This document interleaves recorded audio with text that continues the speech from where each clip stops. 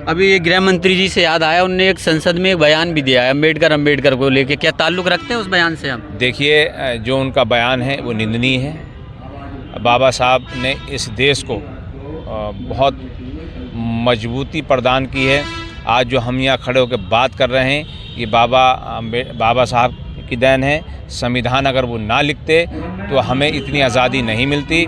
आज अगर वो आलोचना कर रहे हैं हमारे बाबा साहब की और संविधान की अगर वो आलोचना कर रहे हैं तो वो भी संविधान की देन है। वरना पहले वक्त में अगर किसी राजा की या किसी बादशाह की आलोचना किसी ने कर दी तो गर्दन काट दी जाती थी सर से। ठीक है, तो जितनी आज़ाद मैं हूं आपके साथ अनिल।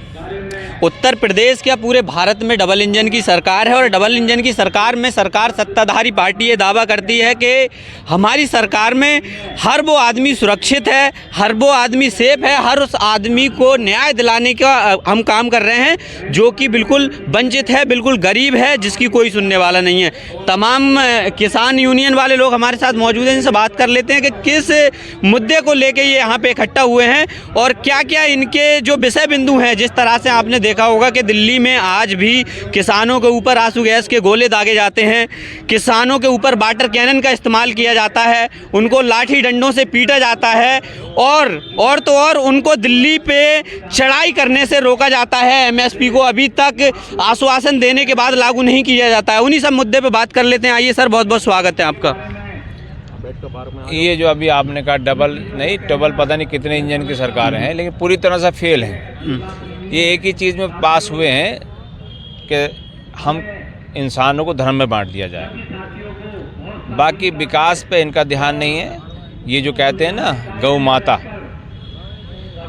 गौ माता हम किसानों में एक भावना फैला दी है कि गौ हमारी माता है, लेकिन जो गाय काटने वाली फैक्ट्रियां उनसे 250 करोड़ ही चंदा ले लेते हैं। ठीक, तो इनकी करनी कथनी में अंतर है। भारतीय जनता पार्टी, सर एक सवाल सुन लें, भारतीय जनता पार्टी कहती है कि हम किसानों के लिए बहुत काम कर रहे हैं। अगर काम कर रहे हैं तो हम यहाँ मूंगफली नखोलने नहीं आए अम्बेडकर पार्क में। दिल्ली में जो बैठे हैं किसान मूंगफली नखोलने नहीं बैठे हैं। हमारी कोई डिमांड नहीं, हमने सिर्फ एक ही मांग की है कि आप किसानों को कर्जे माफ़ कर दें, स्वामीनाथन आयोग की सिफारिश लागू कर दें।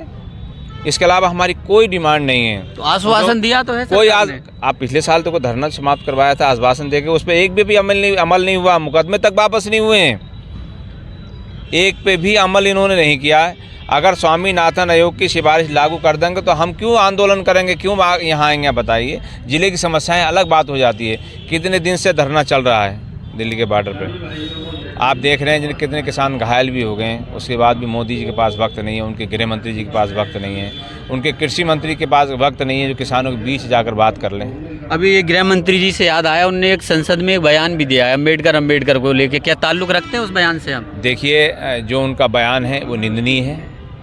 बाबा साहब ने इस देश को बहुत मजबूती प्रदान की है। आज जो हम यहाँ खड़े होकर बात कर रहे हैं ये बाबा साहब की देन है। संविधान अगर वो ना लिखते तो हमें इतनी आज़ादी नहीं मिलती। आज अगर वो आलोचना कर रहे हैं हमारे बाबा साहब की और संविधान की अगर वो आलोचना कर रहे हैं तो वो भी संविधान की देन है। वरना पहले वक्त में अगर किसी राजा की या किसी बादशाह की आलोचना किसी ने कर दी तो गर्दन काट दी जाती थी सर से। ठीक है, तो जितनी आज़ादी है, जितनी माँ बहन की वो गालियाँ दे रहे हैं आज की तारीख में सोशल मीडिया पर, उनके क्या क्या बकते हैं, तो ये बाबा साहब के संविधान की वजह तो है। ना तो कर पाते, नहीं कर पाते। तो उन्होंने जो अपमान किया ना बाबा साहब का, उनके वो दिल में है वो चीज़, वो ज़ुबान पे आ गई। जो आपके दिल में नफ़रत होगी एक न एक दिन ज़ुबान पे आ ही जाएगी, वो आ गई उनके। तो वो आज की तारीख में अगर उनका बस चले संविधान समाप्त कर दें वो। अच्छा, किसान यूनियन के लोग जो इकट्ठा हुए हैं, क्या मुद्दे रहेंगे, क्या मांगे रहेंगी? जिस तरह से हमने देखा दिल्ली में, जिस तरह से बॉर्डरों पे किसान तने हुए हैं अभी तक, क्या लगता है कितने दिन और टिक पाएंगे आप? देखिए, टिक तो ज़िंदगी भर पाएंगे। किसान से मजबूत दुनिया में दूसरा व्यक्ति नहीं है कोई। किसान मजदूर दुनिया, तभी तो आपके ऊपर वाटर कैनन का इस्तेमाल किया जा रहा है। हाँ, दुनिया की रीढ़ की हड्डी है। देखिए, किसान मजदूर दो लोग ऐसे हैं कि देश और दुनिया को बनाते हैं। अन्न पैदा किसान करता है, मजदूर उसमें देखभाल करता है। एक दूसरे के बगैर दोनों नहीं हैं। सवाल मैं करता हूं, फिर विवाद खड़ा हो जाता है। सर, सबसे पहली बात तो ये है कि लोग कह रहे हैं कि ये किसान नहीं है, किसान नहीं है ये। ठीक से सुन लें कि ये लोग हैं कांग्रेसी लोग टोपी लगा के किसान बनने की कोशिश कर रहे हैं। ये जो इस तरह की भाषा बोल रहे हैं, ये जो विचार इस तरह के रखते हैं, वो गोबर भक्त हैं। रात को गोबर खा के सोते हैं, दिन में गोबर खाते हैं और गाय का पेशाब पीते हैं। उन्हें कोई लेना देना नहीं, अन्न से कोई मतलब नहीं है, ठीक है।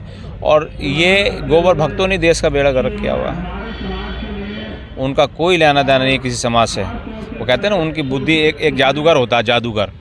वो डमरू दिखा के खेल दिखाता है, हाँ, और उनका साहब इसकी गर्दन काट दी, ये काट दी, गर्दन काट थोड़ी, लेकिन उनका माइंड वॉश कर देता है। जितने लोग वहाँ खड़े होते हैं हमें भी लगता है कि हाँ गर्दन कट गई, जबकि असलियत में ऐसा नहीं होता, गर्दन कटी होती है, ठीक है। तो आज की तारीख में वर्तमान सरकार ने इन गोबर भक्तों को इनका माइंड वॉश कर दिया है। जो वो कहते हैं उनकी समझ में वो आता है, ठीक है। तो उन्हें जो लग रहा है, आप कह रहे हो लोग कहेंगे कि कांग्रेस की जुबान बोल रहे हैं ये। कांग्रेस, देखिए ये कांग्रेस की ज़ुबान नहीं बोल रहे, हम इंसानियत की ज़ुबान बोल रहे हैं। जो कांग्रेस को गाली देते हैं उन्हें शर्म भी नहीं है, उन्हें कुछ नहीं है। आज अगर आप और हम यहाँ खड़े हैं तो रामपुर के अंदर कांग्रेस नेताओं ने, कांग्रेस सरकारों ने इतने कॉलेज और इतने जो है स्कूल बनवाए, इसका ठीक नहीं। और जो लोग इस तरह की बातें करते हैं वो पैदा भी शायद कांग्रेस की सरकार द्वारा बनाए अस्पताल में वो होंगे।